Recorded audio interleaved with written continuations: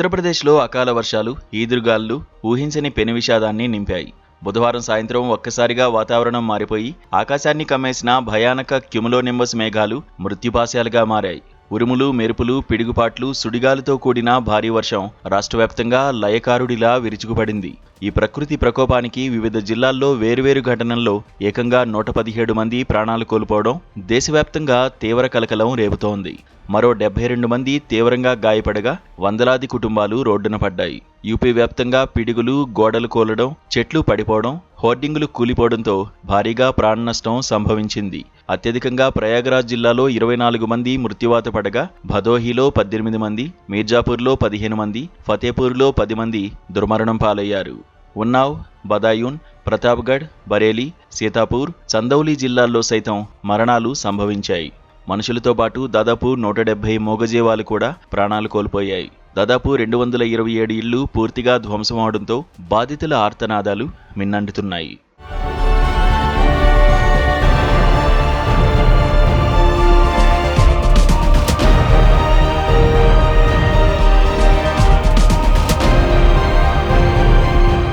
ఈ గాలుల తీవ్రత ఎంత భయానకంగా ఉందో తెలిపే ఒక నమ్మశక్యం కాని ఘటన బరేలీ జిల్లా బమియానా గ్రామంలో వెలుగుచూసింది.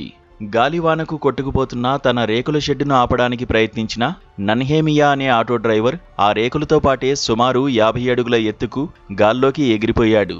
కాసేపు గాల్లో కొట్టుమిట్టాడి పక్కనే ఉన్న పొలాల్లో పడిపోయాడు.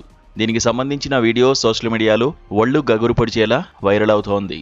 చేతులు, కాళ్లు విరిగి తీవ్ర గాయాలైన నన్హేమియా ప్రస్తుతం ఆసుపత్రిలో మృత్యువుతో పోరాడుతున్నాడు. కేవలం గాలులే కాదు, మౌలిక వసతులు కూడా ఈదురుగాలుల వర్షానికి కొట్టుకుపోయాయి.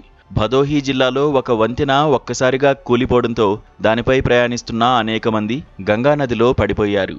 ప్రస్తుతం వారి కోసం రెస్క్యూ టీమ్స్ గాలిస్తున్నాయి. ఇటు మీర్జాపూర్లో మరో వంతెన భారీగా దెబ్బతినడంతో దాదాపు 20 గ్రామాలకు బాహ్య ప్రపంచంతో రాకపోకలు పూర్తిగా నిలిచిపోయాయి. రోడ్లపై భారీ హోర్డింగులు, వందలాది చెట్లు విరిగిపడ్డంతో రవాణా వ్యవస్థ, విద్యుత్ సరఫరా పూర్తిగా స్తంభించిపోయాయి. ఈ ఘోర విపత్తుపై ముఖ్యమంత్రి యోగి ఆదిత్యనాథ్ అత్యవసరంగా స్పందించారు. రంగంలోకి దిగిన ఎన్డీఆర్ఎఫ్ సహాయక బృందాలు శిథిలాల కింద చిక్కుకున్న వారిని రక్షించేందుకు శ్రమిస్తున్నాయి. మృతుల కుటుంబాలకు 4 లక్షల రూపాయల చొప్పున తక్షణ పరిహారాన్ని సీఎం ప్రకటించారు. బాధితులకు త్వరితగతిన సహాయం అందాలని, ప్రతి 3 గంటలకు ఒకసారి క్షేత్రస్థాయి పరిస్థితులపై తనకు నివేదిక సమర్పించాలని జిల్లా కలెక్టర్లను, డివిజనల్ కమిషనర్లను సీఎం యోగి ఆదేశించారు. ప్రకృతి సృష్టించిన ఈ కల్లోలం నుండి యూపీ కోలుకోవడానికి చాలా కాలమే పట్టేలా కనిపిస్తోంది.